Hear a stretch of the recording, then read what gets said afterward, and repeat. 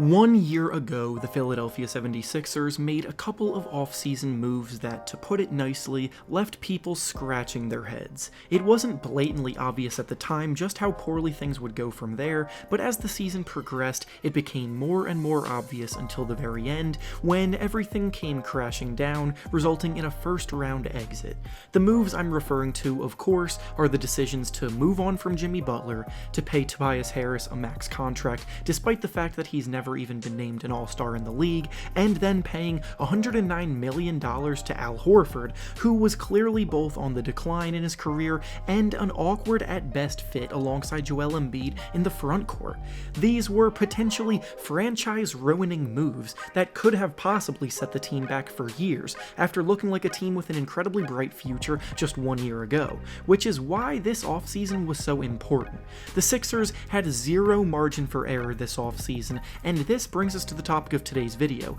as we will be talking about the new man in charge, Daryl Morey, and just how incredible of a job he's done so far to turn things around. We'll review all of the moves he's made so far, we'll talk about the direction the team is now headed, and everything that led us to this point. Before we start though, I want to thank the sponsor of today's video, Manscaped. Manscaped is the only men's brand dedicated to below-the-waist grooming and hygiene, but the thing is that they're ready to provide so much more than that now. Manscaped are excited to bring you the all-in-one performance package kit, with so many useful tools for the whole body. Included in the kit is the Lawnmower 3.0, which is their skin-safe electric trimmer, the Weed Whacker, which is their ear and nose hair trimmer, Crop Preserver, which is their anti-chafing ball deodorant, Crop Reviver, which is their ball spray toner, and finally their Magic Mat product, which are their disposable shaving mats. Plus, when you purchase the Performance Package Kit, you get the Shed travel bag and a pair of official Manscaped anti-chafing boxers included free, which is a $60 value that costs you nothing at all. Go to manscaped.com today and get 20% off and free shipping on this amazing offer using the code HR20,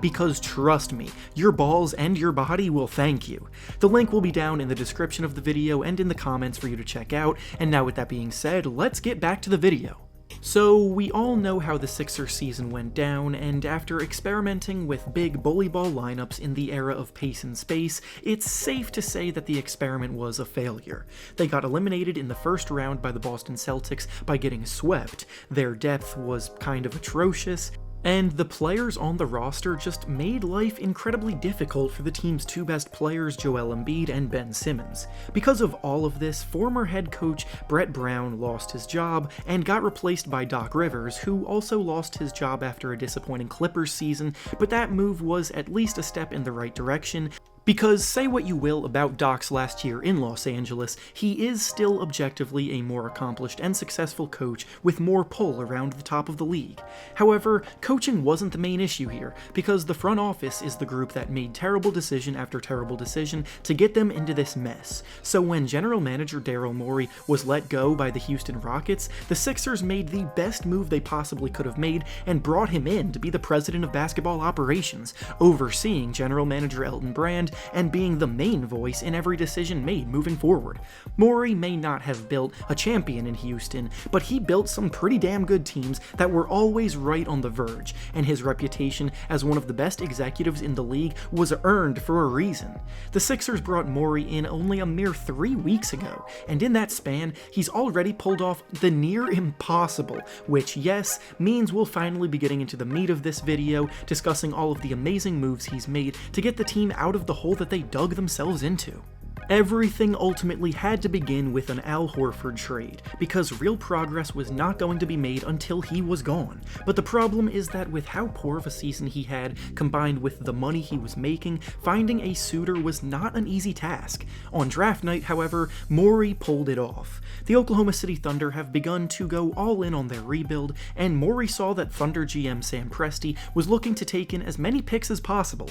even if they had to take on some deadweight contracts in the process. So Morey packaged Al Horford, a second-round pick this year, and a 2025 first-round pick to send to them, and in exchange, the Sixers received Danny Green, who brings excellent perimeter defense, capable perimeter shooting, albeit admittedly a bit streaky, and most importantly, he's on an expiring contract which frees up cap space for the future that the Sixers just did not have previously.